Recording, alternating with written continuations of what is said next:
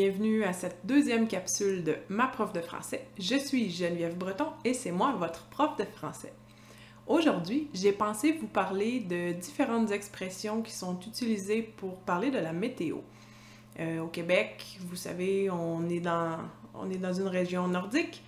Il fait souvent très froid l'hiver et il y a beaucoup de neige, donc on a plusieurs expressions pour parler de ces phénomènes météo.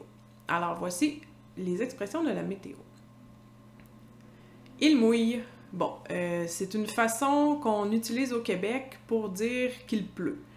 Ce verbe-là, notez que c'est encore en usage, encore utilisé dans certaines régions de l'ouest de la France, en Normandie notamment, et ça a beaucoup de sens puisque la plupart des colons qui sont arrivés de France pour coloniser la Nouvelle-France, qui est devenue le Québec, venaient des régions de l'ouest. Donc, ils ont apporté avec eux leur façon de parler, et c'est encore quelque chose que vous pouvez entendre en France, dans l'ouest, il mouille.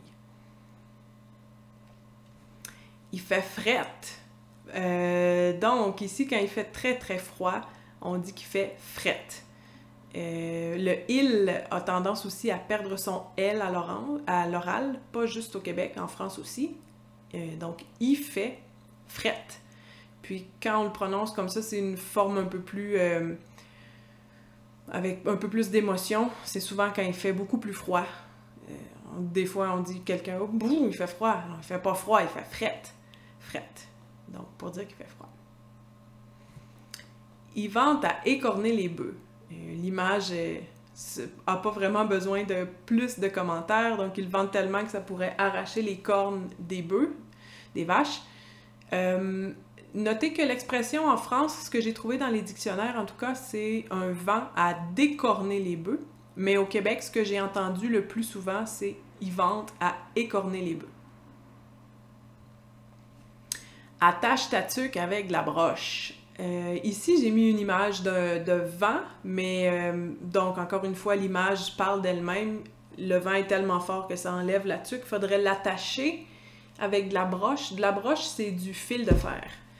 Donc, attache ta tuque avec de la broche. On utilise souvent cette expression-là dans un sens plus figuré. Pas nécessairement pour parler du vent, mais pour parler de quelque chose qui décoiffe, qui est tellement énergique, qui pourrait faire un choc et faire envoler notre chapeau. Donc, la tuque, c'est le chapeau utilisé ici l'hiver, quand il fait froid. Une bordée de neige. Sortez vos pelles, il annonce une bordée de neige. Une bordée, c'est une accumulation importante de neige qui tombe d'un seul coup. C'est pas comme si on a 2 cm un jour, 3 cm l'autre jour. Non, une bordée, c'est d'un coup 15, 20, 30 cm de neige, une grosse bordée, une bonne bordée de neige. De la poudrerie, difficile à illustrer. C'est dans le fond, c'est quand la neige, quand il fait très froid, la neige est très sèche. Ce sont des petits micro-cristaux de glace. Puis là, s'il se met à venter, c'est littéralement de la poudre. Puis ça coupe complètement la visibilité. C'est très dangereux de conduire sur l'autoroute s'il y a de la poudrerie.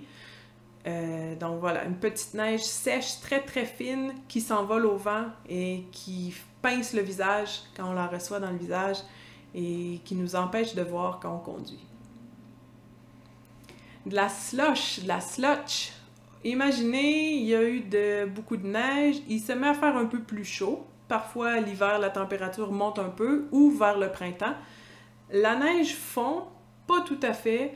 Ça devient une espèce de boue, une espèce de gadou. Ça se mélange aussi avec le sel ou le sable ou le calcium qu'on met dans les rues ici au Québec comme abrasif pour faire fondre un peu la glace et pour donner de l'adhérence aux pneus des voitures. Donc, imaginez ce mélange-là de la neige, de l'eau, de la boue, du sable et du sel, du calcium. Ça fait une espèce de pâtée molle, mouillante. Puis là, ça s'accumule dans les creux de la rue, passe une voiture, psh, on est arrosé de slush. Ça vient de l'anglais sludge. C'est coulant. C'est un coulant, en fait, ça veut dire d'habitude que ça coule. Nous, on l'utilise dans le sens de glissant. Faites attention, c'est coulant, ça veut dire sois prudent sur la rue, c'est vraiment glissant. Ce sens-là, selon le Petit Robert, est vieilli en France. Donc, utiliser l'adjectif coulant en voulant dire que c'est glissant, mais ça existe encore dans l'expression un nœud coulant. Quand on fait un nœud, c'est un nœud qui glisse sur lui-même, sur la corde. Donc, c'est coulant pour dire que c'est glissant. Alors voilà, j'espère que ça vous a plu, les expressions de la météo, et on se retrouve pour une prochaine capsule. Au revoir!